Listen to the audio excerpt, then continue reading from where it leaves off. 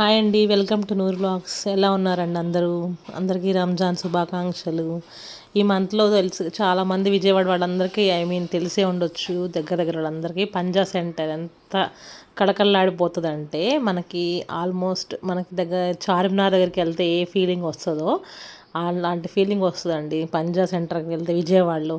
నేనైతే మాత్రం ఇంతవరకు ఎప్పుడు వెళ్ళలేదు. నిన్ననే వెళ్ళాను నేను. లాస్ట్ నైట్ 10కి అలా వెళ్ళాము మేము అక్కడికి. నైట్ చూస్తే ఏరియా అంతా ఫుల్ రష్ ఉందండి. జనాలు ఎలా ఉందంటే అది నైట్ 10 అంటే ఎవరు నమ్మరు అనమాట. 10, 11, 12 అప్పుడు దాకా అక్కడే స్పెండ్ చేసాం నిన్న రాత్రి అయితే. ఎంత కళకళలాడుతుందంటే చూసారు కదా. ఇవి అయితే నాకు బాగా నచ్చినాయండి. అత్తర్ సీసాలు మంచి ఫ్రాగ్రెన్స్. అక్కడ ఒక బుడ్డోడు కూడా అమ్ముతున్నాడు. చూస్తే 100 రూపీస్ అన్నాడు అడిగితే ఒక బాటిల్.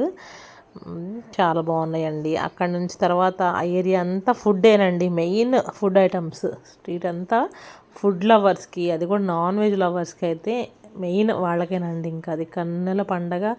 తిన్న వాళ్ళకి తినే అన్ని వెరైటీస్ ఉన్నాయండి. ఎన్ని కావాలంటే అన్ని. చూసారు కదా ఎన్ని చికెన్తో ఎన్ని వెరైటీస్ ఉన్నాయో. ఇవన్నీ kebabs, different varieties of kebabs అక్కడే చూశానండి నేనైతే.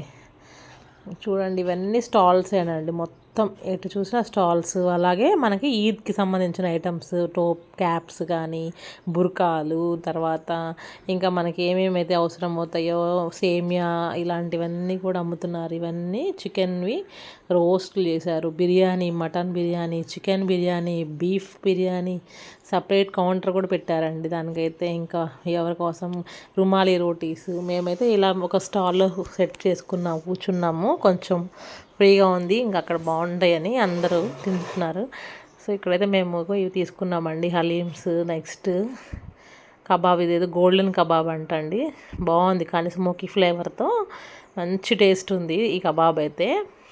చాలా ఫ్రెష్గా టెండర్గా చికెన్, దానిలోకి మింట్ చట్నీ ఇచ్చి మయోనీస్ కూడా ఇచ్చాడు.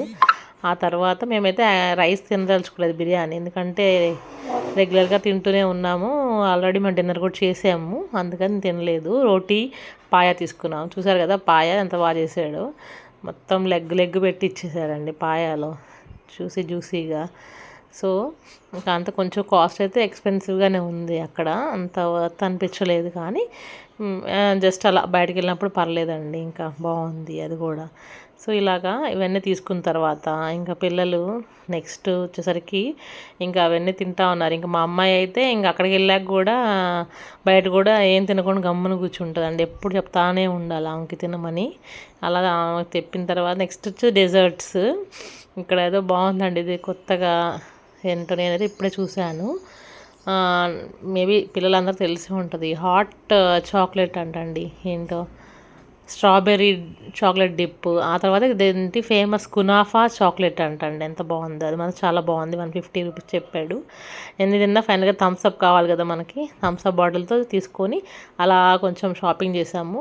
అక్కడ నుంచి ఇలా బందర్ రోడ్లో నుంచి అలా వెళ్తుంటే మనకి ఫుడ్ కోర్ట్ వచ్చిందండి. Eat street. మళ్ళీ ఇక్కడ ఆగిపోయాం. మళ్ళీ ఆగేసి ఇక్కడైతే మేమేందో జస్ట్ ఊరినే అలా తిరిగి కొంచెం సేపు ఏం తినలేదండి. అన్నీ చికెన్ అన్నీ అండి. ఎక్కడెక్కడ రకరకాల అన్ని కోనసీమ బిర్యానీ, లంబసింగి బిర్యానీ, మారేడుమిల్లి బిర్యానీలు అన్నీ, మొత్తం అన్ని ఊళ్ళకి సంబంధించిన బిర్యానీలు అన్నీ, రమణమ్మ గారి కోడి పలావు, మొగల్దూర్ బిర్యానీ, ఇలా అన్నీ ఉన్నాయండి. ఇవన్నీ చూసేసి జస్ట్ అట్లాగా ఫలూదా ఒకటి తీసుకొని, డ్రై ఫ్రూట్స్ ఫలూదా కొంచెం పిల్లలు తీసుకున్నారు ఫలూదా. అది తీసుకుని ఇంకా అలా మెల్లిగా ఇంటికి వచ్చామండి. ఓకేనండి, బాయ్.